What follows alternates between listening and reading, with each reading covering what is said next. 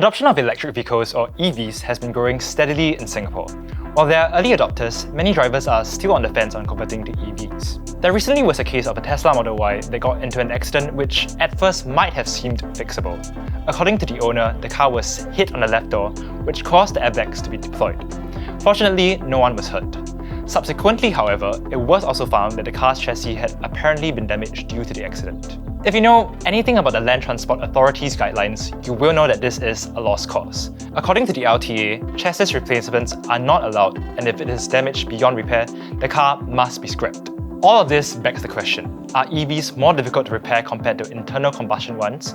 Or is the LTA due for an update to their regulations? But before we get to all of that, if you did need to buy a new car, Sgcarmart Smart Loan has got you covered. Sgcarmart Smart Loan is designed to save you time and money through a digitalized loan application via MyInfo for your used car purchase at below market interest rates. For a limited time only, get $500 cashback and a 6 months Kinto membership worth $1,200 when you apply for a loan today. To find out how much money you'll save when you buy a used personal or private hire car, click on the link in the description box below now.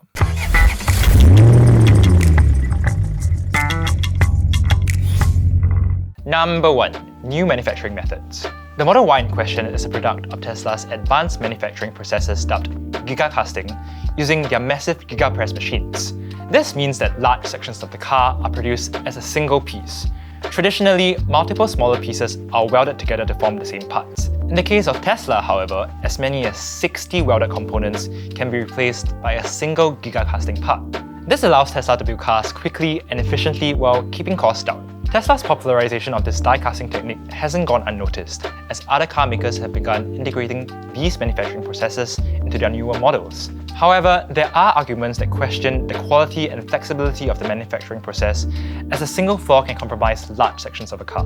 We see this happening a lot with supercars built using a carbon fiber monocoque. This means that the core of the car is a single large piece of carbon fiber. Because of this, any damage to it could potentially be disastrous in that most times, the entire car could be a write-off due to the astronomical cost to repair or replace the carbon fiber monocoque. Since several components are welded together in the manufacturing process, if a particular panel is beyond repair, you can simply remove it and weld in a new one. The problem begins when sections of a car are made up of large one-piece structures. A minor accident can result in a very involved process to get the affected parts repaired.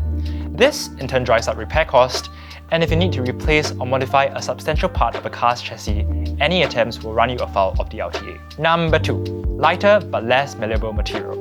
Now that we know how EVs are made, let's talk about what they're made of. Modern cars have increasingly turned to aluminium as their material of choice. It is lighter than steel, yet strong enough to turn into vehicle components, and very resistant to corrosion. This makes aluminium the perfect medium for the die casting process during manufacturing. It is no wonder that aircrafts use this material extensively. So, where does the problem lie? The answer? Repairs. While aluminium is great for weight savings, it is a much more difficult material to work with in the workshop. You might have heard of the saying, that will buff out. As much as it has turned into a meme, its origins came from the workshops where mechanics used mallets to hit a deformed steel panel back into shape and use a buffer to smoothen it out. You can't quite do that with aluminium, as it's not as malleable as steel. That's not to say that aluminium cars aren't repairable. If you try to knock it back into shape, chances are that you'll crack it, rendering the car's chassis to be unsafe and unusable. Aluminium body panels are typically easy to replace, albeit more expensive than steel ones. The red flags though come when the aluminium part that is damaged is a major component and likely structural. A replacement here means that you will be breaking the law in Singapore. Number 3. The batteries. Batteries are quite literally the heart and underbelly of an EV, and any potential damage to it can be a major concern. As good as battery technology has come, there are still some lingering concerns about its durability and longevity.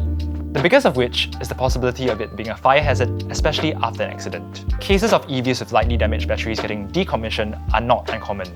If you were to get it repaired or replaced, it can be a very lengthy and expensive process that requires you to jump through the hoops of the authorities, insurance companies, and the manufacturer.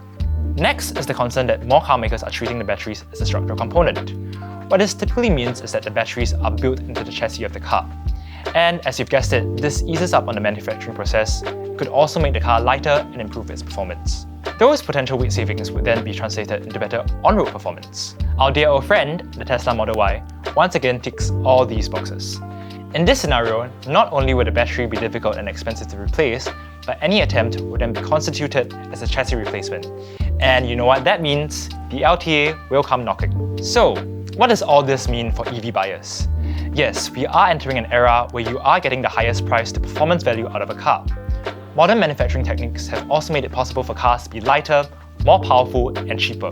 The bad news, however, is that whatever savings and performance gains you might get could be mitigated the day you get into an accident. Even if you had the money, current regulations would deem any major repairs that you do to be illegal. Changes will need to come from the authorities. And until that day happens, car owners could be forced to give up the damaged but potentially repairable cars. Do you think more can be done by the authorities to curb unnecessary write-offs of modern cars? Or do you think current regulations are still relevant to keep car owners safe? Let us know what you think in the comments because we'd love to hear what all of you have to say. That's all from us in this video, and we'll see you in the next one. Bye!